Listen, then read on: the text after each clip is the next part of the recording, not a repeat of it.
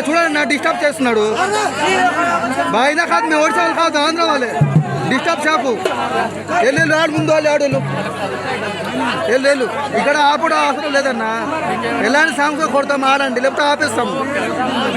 ఏంటన్నా మరీ డిస్టర్బ్ చేస్తున్నాడు ఎలాంటి సాంగ్ కావాలి చెప్పు కాదు నీకు ఎలాంటి సాంగ్స్ కావాలి చెప్పు